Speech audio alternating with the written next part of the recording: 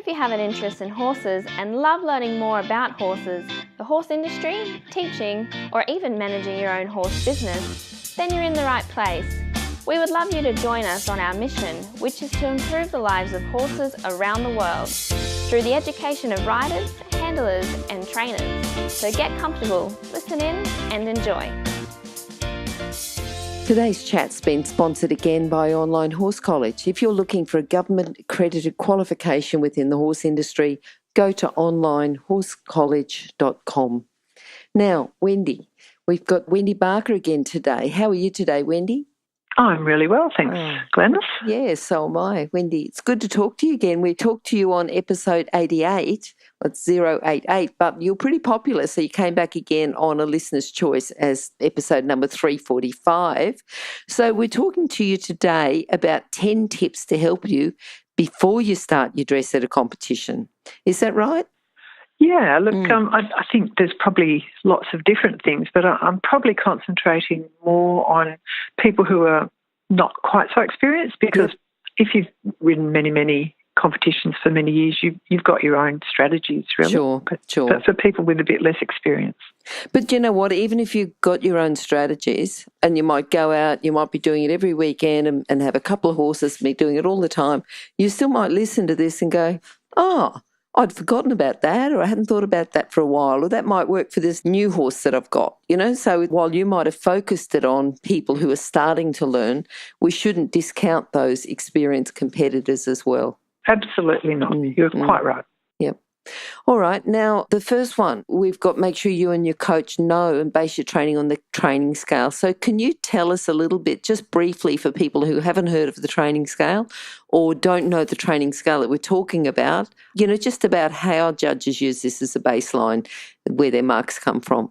Most definitely. And look, I'll just say before I start talking about it that if you haven't heard of it before, you can download the Equestrian Australia Dressage rulebook, and there will be information in that for you on it right near the beginning, and that's a really good place to start. But the training scale is now called the FEI training scale. It used to be the German training scale, but I think we all know that those of us who've been training horses for a long time do appreciate that whenever you think, what should I be doing to deal with this issue, it's just the best place to go. I've had a sign up in my arena for about the last 25 years, which is the training scale. And it's amazing how many people come for a first lesson and take a photograph of it. Yes, that's good, isn't it? Good. Yeah. And for those people who are international listeners, I'm sure if you Google, you know, dressage training scale, FEI training scale, German training scale, you'll pretty much get the same thing. You know, if you're listening in English, you'll want the English version, but I'm sure you'll be able to find it somewhere. Yep. You definitely will. Yeah. So the training scale starts with rhythm, because we do want relaxation, but the best way to get relaxation if your horse is a little bit anxious or tense is to just try to achieve a rhythm. And the two ingredients that as judges we're looking for in rhythm are that the tempo is the right tempo for that particular horse. So the tempo for a very long-legged horse will be a little slower than the tempo for a pony. But, of course, all horses can become a little hurried, or sometimes they can become too slow, and that won't be the best tempo. So tempo is the speed of the rhythm. That's part of rhythm. The other really important part of rhythm is the regularity of the paces. Okay. And that means that the footfalls will need to be clear footfalls throughout each of those paces. So in walk, it'll be a 4-beat walk, and there will be a moment when, for instance, the left fore leg will still be pointing backwards, and the left hind foot will be stepping forward into the print or near the print of that left forefoot before it leaves. And so you get a moment when the two cannon bones, the front and hind leg on the left, form a V, and of course the same on the right. So that will make it clear 4-beat walk. If you see that momentary V, and sometimes judges will say V could be clearer or show a clearer V throughout the walk or something like that, to tell people that the walk wasn't always clear. So that's the walk, and it can become not so clear, either because the horse is tense or because the horse is very lazy. So it's finding that middle ground where the horse is in the best walk he can produce. And then the second pace we would talk about will be the trot, and there should be 2 beats in the trot. There shouldn't be any diagonal irregularity, and you wouldn't hear that on sand or grass, but you can hear it on a harder surface if there is any irregularity in that. And that should have a diagonal pair separated by a moment of suspension. So that's the 2-beat trot. And, of course, if a horse is not completely sound, if he has a limb injury, he may not be completely clear in the trot, and it may not show up in the walk or the canter, but it will most definitely show up first in the trot. Okay. So that's the trot, the regularity in the trot, and then the canter should be a 3-beat. But when you're choosing music for canter, if you're doing freestyle, you would always look for music that had a 4-beat, because the 4th moment in the music will be when the horse is in the air showing a moment of suspension. So you can't use waltz music for a canter, even though waltz music is 3-beat, because there's no opportunity for the moment of suspension to be factored into the canter. Yep, and I think that's an interesting point for people who are thinking about freestyle. Yeah.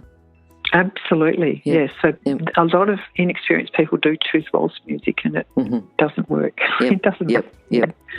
So that's the canter. And the canter, if we're asking the horse to canter left, he would begin with his right hind. He would then have a diagonal pair, which will be his, where we're cantering left, aren't we? So right hind we've already started with. So left hind and right fore will come through together as a diagonal pair, and then the left front leg, which is the leading leg, will come down last. So that's where the 3 beats come from. And what can happen if the horse gets very tense, or if he starts to gallop, is that diagonal pair will break up, and that's what will make your canter not be a 3-beat anymore. Okay. So it'll become a 4-beat canter. All right. Even worse, it could become a 2-beat canter. Yes.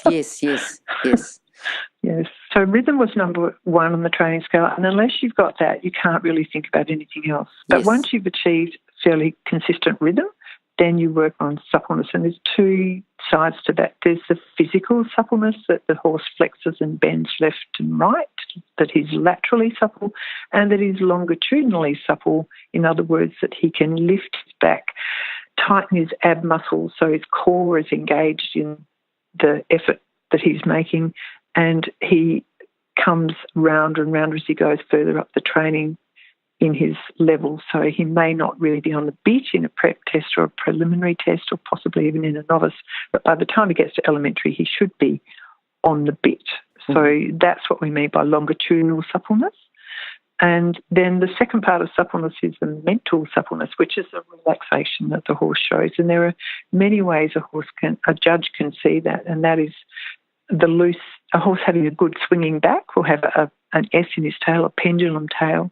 He'll have some cappuccino in his mouth, and hopefully even between his hind legs as well. And he will have an expression on his face that shows that he's confident and at ease with the work he's doing and the rider who's asking him the questions he's being asked. So that's the mental relaxation. I have to keep going because I'm going to run out of time. So next is contact. And for contact, we don't just mean his mouth or the reins. We mean that the horse steps willingly into the rider's hand from an active hind leg and accepts an elastic connection with the rider through the rein. On to impulsion. This is that there is energy and that it's channeled through the horse's body. And again, you can't have impulsion if the horse is relaxed in his back and engaging his hind legs, bending the joints in his hind legs as they land, not when they're in the air. That's not the important time. It's when they land, carry weight. On to straightness. Well, we could talk about straightness for a long time, but we haven't got time. But we don't expect horses to be as straight in prep and prelim as we do when they are riding at FEI level. So horses will become straighter once they develop more suppleness and more strength through more training. And that will mean that the track of the left hind will be on the same line as the track of the left fore, whether he's on a straight line or a curved line, and the same with his right hind and right fore. So that's straightness and equal weight bearing on both of those sides of the horse. Last one is collection. Now, we're talking more about people who are not so experienced here today, but even in prelim and novice tests, we see a moment of collection through a well-ridden corner or a half-turn meter circle onto a centre line or on a transition. So horses do have a moment of collection if you use your corners and your smaller figures well. Yes. Yeah. So that's number one. So that took a long time, so I won't take as long on the other points.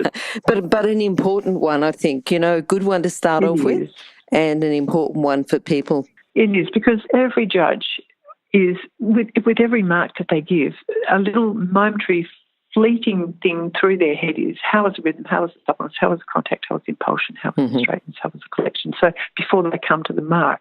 Yep. So it is important that coaches and riders also work on those same. We all sing from the same book. That is really what we're saying. Yep. On to number two. And number two, for me, I'm a bit of a list person. I've arrived at shows several times in my life where I've forgotten something important and I've had to run around and call a favour in on somebody else there, and they've lent me a girth or they've lent me a tie or something. So now I have an electronic list. And before a show, I print that out and then I cross it off. And then I can't forget anything because I've got my list. Yeah. And I think we're also busy. I find the day before a show or the day of the show when I'm getting ready, I like to have done some things earlier, so I haven't got so much to do on the day. And having that electronic list is good, something that you're not going to just lose, it's going to be there. And, if you print it out, that gives you a physical copy then that you can just have the joy of crossing things out when you actually do it. Indeed. Yeah. Indeed. Yeah. And look, part of that, I think, is making sure that you've done everything you need to do with your horse, because it really is important that we do go in looking as though we know what we're doing and we're professional, that we're well prepared. It's a part of the respect for the judge, and as a judge, I try always to be well groomed as well, because I know how long it takes to get horses and riders ready.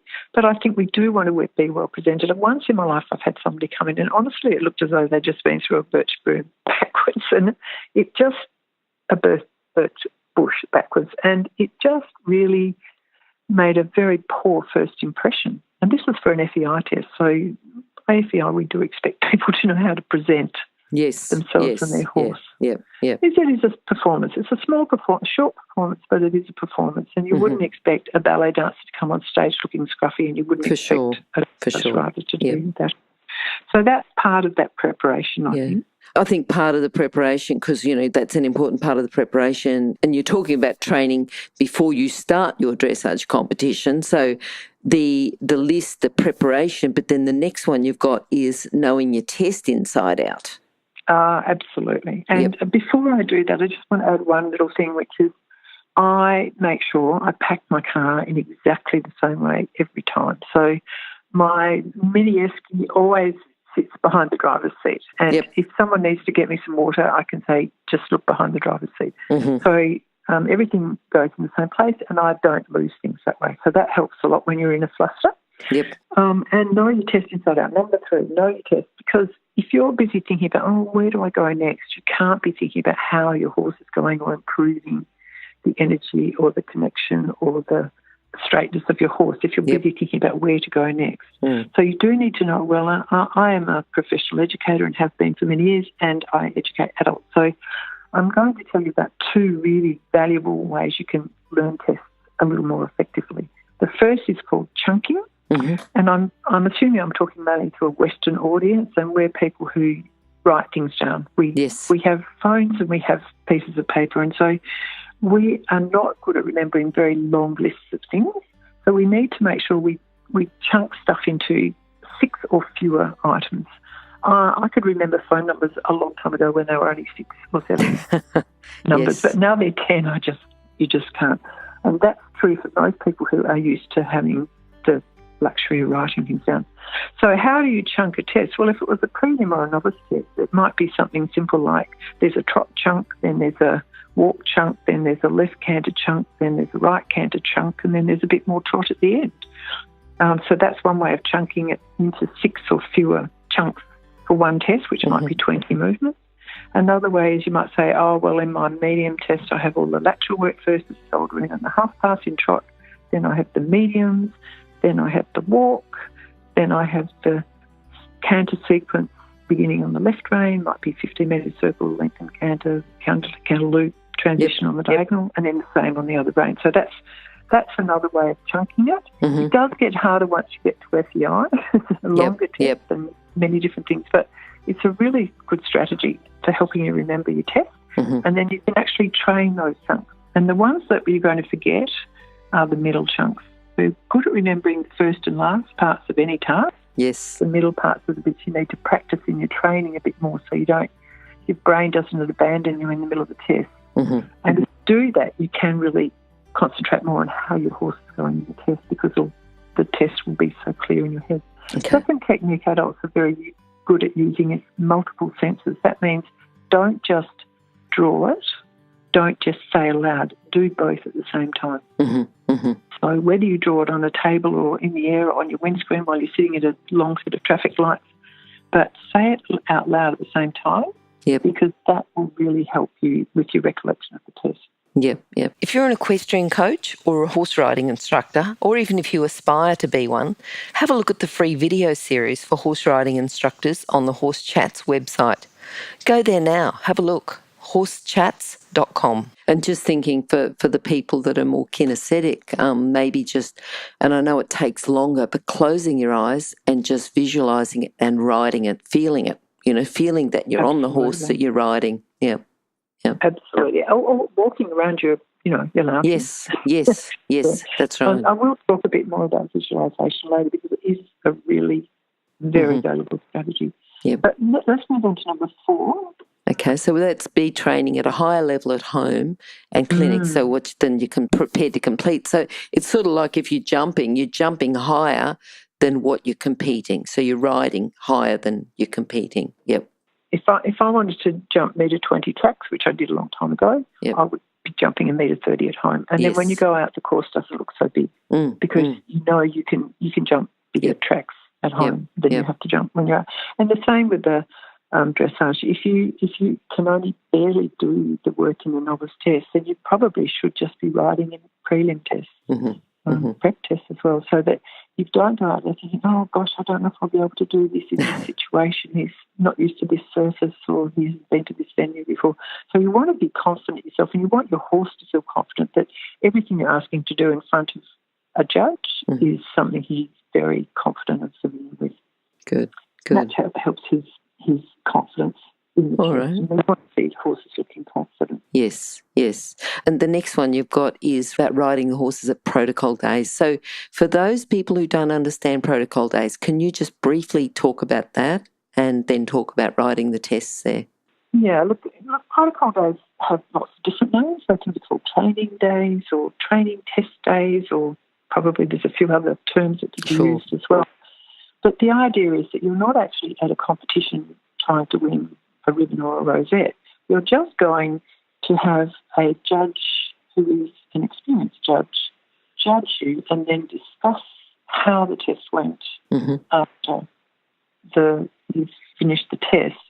And you may even then have the opportunity in some situations to redo some parts of the test. Perhaps you've got it wrong in the canter and you didn't get to do the canter as well as you normally could, and you might like to do that again. Or so it's an opportunity just to develop your skills in writing tests and to develop your confidence, but also to learn more as well. And to put your horse in a situation you like a competition, but without quite the same kind of anxiety that some people For sure. Yeah, so that's it. And something I wanted to add there is I think at home you should try to ride through your tests. I try now to ride through tests at least once a week all year, not just during the competition season. And I also, if I'm going to a new level, I warm my horse up in walk for 15 to 20 minutes because we know that's the best thing you can do to their joints. But I could go into that, we won't have time. But you can walk through a whole test. Yes. You can walk through it, talk about it as you're doing it. And that's when another time you can use visualisation again. So you can actually be saying, right, as I'm coming down this centre line, I'm trying to have a lot of power and energy to begin with, and then I'm going to sit really tall. I'm going to try to make the steps a little bit shorter and higher just before I get to the halt. So the horse is on his hind legs in balance and pumped into this transition through the halt. Mm-hmm. So that would be the thing you would do while visualising. So you're not just walking and falling asleep, you're actually thinking about how you're going to ride each of these movements. So that's part of riding through test too, partly the protocol days, but you can do it at home and you can do it in your walk at a leisurely pace at the beginning of your ride. Yes, and I think that's that's a really good tip too. You know, just to go through. It's like riding the test in your lounge room, but you're doing it with a little bit better quality. And interestingly, there's been some research on our gold medalist riders, and they all have stupendously powerful visualisation skills. And they assume when they were researched that everyone else had the same skills, but in fact, most of us really have to work at that. And practice does improve the visualisation skills, but not everyone has the sort of natural talents in visualisation that the best riders in the world have. Yep. Yeah. So, Wendy, the goals, you know, would you be able to talk about goals? And I know you were going to talk about SMART goals. Well, I know many people will know about this, but I just want to apply a little bit to training and riding horses. So, S is for specific in SMART, and this can be something very measurable. I think there's lots of very measurable things when you're training horses. And an example would be, I want to count no more than 14 strides of canter down the long side from corner marker to corner marker for my length and canter. Then I know my steps are longer because normally I would get 18 or 20 or 16 steps. So that means each step is bigger, longer. So that's a good example of a specific goal that you can set for yourself. And then we can move on to M, measurable. And an example of a measurable goal would be, I want to improve the score for my entry and final halts in my next test because I didn't think about them enough. I didn't prepare the horse enough and I only got 5.5 or 6 and I know I can get a bigger mark if I really apply myself. So that's measurable. Achievable. Perhaps your best novice score so far has been 65%. So it would be quite achievable on right day, and not if the weather suddenly ruins it for you, but to aim for perhaps 66% in your next 2 or 3 outings. So that's achievable in the next one, which is R for realistic, go hand in hand really. It's just not really going to be very motivating for you if you say, well, I've only got 65%, and next time I want to get 85%. And I'll tell you about a client I had who's just started competing. She's been having lessons for a while, just started competing. And on Facebook, she wrote, very disappointed, I only got 60% in my first test, and I normally get 90% in all my studies, and that's what I want to be getting when I do dressage tests. Well, those of us who've done a few more dressage understand that would be a mark that only 2 horses in the international competition have ever achieved. Amazing horses. I'm talking about Totalus and Allegro. But for most of us, we would be pretty thrilled with 60% for our first out. And you can always build on that. And you do need to know what is realistic. And especially in official competition, 65 is not a shabby mark, even though in some other disciplines it may not be such a good mark. So, and being realistic about what you can achieve. And it will depend on your horse. If your horse is a dear, older, slightly stiff, very genuine, honest horse, then probably 90% is going to be out of your reach. So you do need to be realistic. So the last element of the SMART list is T, and T is for being time-related.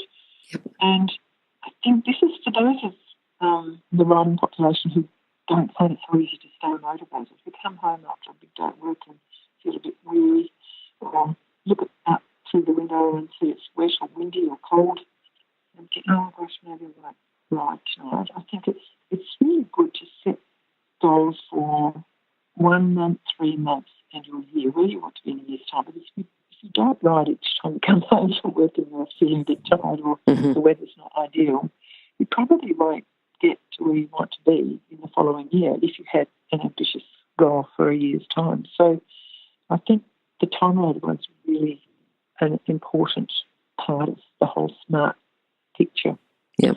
So, yeah, we're thinking of the short-term goals, the medium-term goals, and the longer-term goals, and that might be your 5-year plan. You may plan to ride at the national championships in 5 years' time, and so you need to put in the hard yards so you can get there.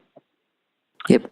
And for each competition, you should have your own goals as well. Yes. And goals can't be vague and wishy-washy things like, oh, I want to ride better, or I want my horse to be softer. You can have those, but you also need to have measurable goals so that you can actually decide whether you have achieved what you need to achieve or what you need to do next time so you can get closer to that goal. Yep. All right, now the next one we've got, so that you arrive in plenty of time. What sort of time would you recommend to arrive before the actual, if you've got your time, before the time that you're riding, how much is plenty of time? Okay, so look, something Harry Bolt, who I've been lucky enough to have a lot of help from over many years as a wonderful trainer, he says, look, horses can be affected by the fumes in a float or a truck. So give them time to recover from travelling and breathing in fumes on the way to a competition. So that's one thing a lot of people don't think of. Another thing is that you don't want to be rushing. If you get stressed, your blood will suddenly have 3 hormones injected into it. And these are adrenaline, noradrenaline, and cortisol. These are 3 stress hormones that will then be there for at least 20 minutes, but they could be there for up to a day if you don't calm yourself down. So better not to get into a position where you have those there, because that will really affect how your brain functions, particularly your frontal lobe of your brain, which is the rational thinking, logical part of your brain, which you need at a competition to work well. So you don't want to be running late when you arrive. You don't want a traffic hold-up or a flat tyre or something like that to mean you're going immediately into a test once you have a saddle on your horse. You want to have time to do everything while you walk and talk quietly and slowly, so everyone is calm, yourself and your horse, and your strapper, if you have a strapper. Yes. So, and tacking up, you want that same idea. You want to do it in a set routine. If you watch top athletes, they all do exactly the same thing before each race or before each ice dancing performance or whatever. And that's because they don't want to have to think about whether they've done everything. They do everything in a very particular routine so their brain can focus just on the performance, not on all those little details. Yep. And we need to do the same thing. So if you always put your warm-up boots on your horse first, do that at a show. If you then put the saddle on, do that at a show. If you lastly put your bridle on, do that at a show. But do allow plenty of time so you're calm, and allow a little bit of time to run through your test with whoever you might have who's with you. Okay. Whether it's a strapper or your mum. Yep. To make sure that you do know the test before you're actually going out there to do it. Now, you've got to run through the test. What else can the strapper or your mum or whoever, some people will have their coach, but whoever, what else can they do to help? Whoever. Well, I like to put a bag in the hands of my strapper or my friend. Yep. And in the bag, I have a copy of the test. That's one of the things that's on my list from earlier. And the bag will have some water in it. I like to have some water with some electrolytes in it because I get a little bit of cramp sometimes if it's a hot day and I haven't got electrolytes. Some fly repellent, some lip protector so my lips don't get burnt, some Ventolin if you're an asthma sufferer, anything else that you think you need. But room in the bag so you can put your tendon boots and bell boots in that once the gear, your strapper has taken your warm-up gear off, because otherwise I've got an armful of things and I won't be able to carry everything. So you need a decent bag to carry that. Good. And you need to choose a strapper who's going to be calm, a good influence on you, and preferably a positive influence on you. Yep. Not someone who's going to say, oh, that was useless. Oh, I don't even know why you're competing today. That's not what you want someone to say to you before you go in. Yep. So someone who's supportive and can calm you down if you do get anxious. Mm-hmm. Mm-hmm. If you're an equestrian coach or a horse riding instructor, or even if you aspire to be one, have a look at the free video series for horse riding instructors on the Horse Chats website. Go there now, have a look, horsechats.com. All right, now the next thing, you've got about riding, where you warm up and where the arena is. You know, like if you can find a nice quiet place down in the corner and your test is 5 minutes away, where should you warm up? Look, I think it depends a little bit on surfaces. I'm particularly fussy about good surfaces because good surfaces keep legs sound. So for me, my first priority is, am I warming up where the surface is good? If you can find a quiet place but the surface is likely to damage a suspensory or a check ligament, stay away from it. That's pretty important. It's good not to be too far away if possible, because then you can see how the arena is running and whether things are suddenly getting early or late or whatever. Maybe you should give your horse a bit of a stretch and a relax if the arena is running late, if the judges haven't come back from a tea break or something like that.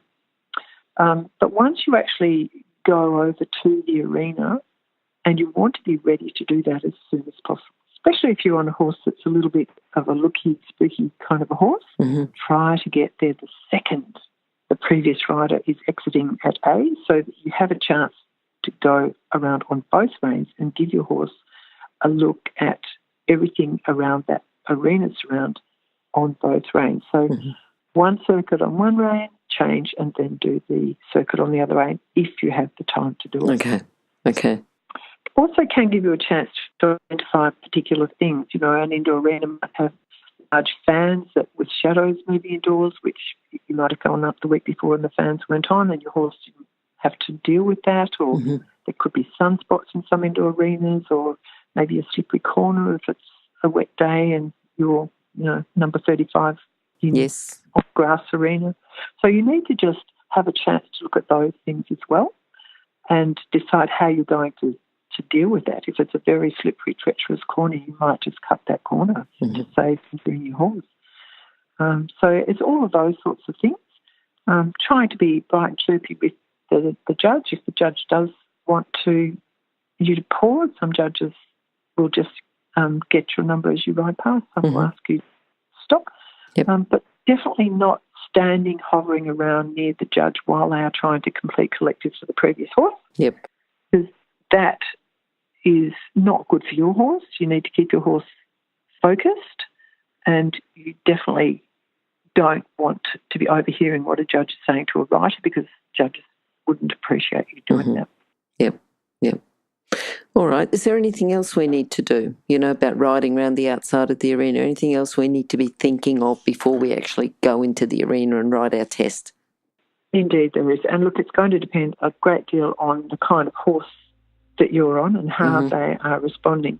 So if you've got a horse that's got a little bit tense and lost some suppleness, then the best thing for you might be to do a few steps of leg-heel left and then a few steps of leg-heel right, or a bit of shouldering left, shouldering right. On the other hand, you might be a horse that's turned into a bit of a snoozer and you might need to get him sharp, so you might do quite a few transitions on the way around the arena, or you might do some medium canter to energise him and get those hind legs a little bit quicker. So it will depend a lot on your horse. And you do also need to be considerate if your arena is near another arena. You don't want to do a medium canter too close to a horse in another arena, but you try and take whatever advantages you can from doing whatever helps your horse to perform well in that test. There's a few other little tips that, speaking as a judge, I see some people come in and not necessarily looking as professional as they might. The first thing that you would do is make sure that when you salute, you don't salute with the hand that has a whip in it. In some countries like the UK, that's actually against the rules for safety reasons. It couldn't frighten a horse, but it just doesn't look very professional. So if you bring your whip in your right hand, then you should salute with your left hand and vice versa. When you have a series of judges around the arena, really the proper protocol is just to salute the C judge. You don't need to nod at 5 judges around the arena. You don't want to see you doing that. And make sure that your salute is understated. This is dressage. It's not the theatre. So we don't want a big theatrical wave of your hand as you might if you had completed a performance on a ballet stage.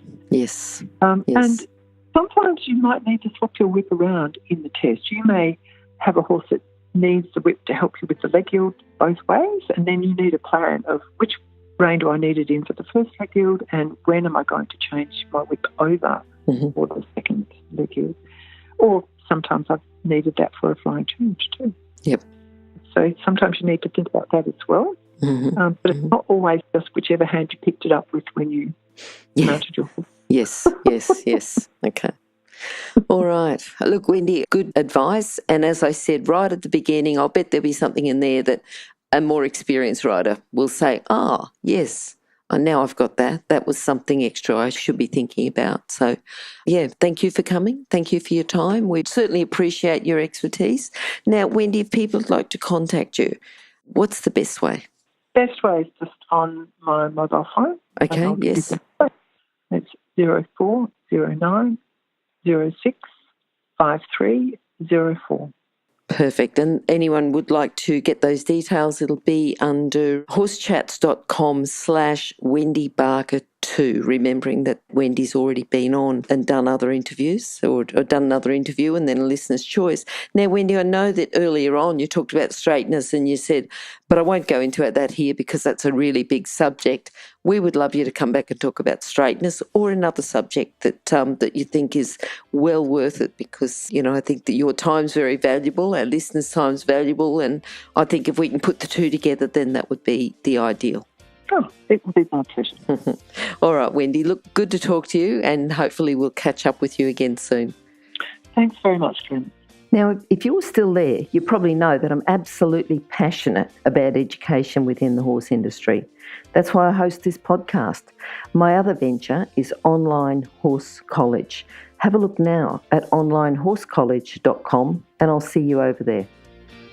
Remember that our comments and instructions are general in nature and do not take into consideration your individual horses or your individual ability and circumstances. If you enjoyed this podcast, then please leave your comment below.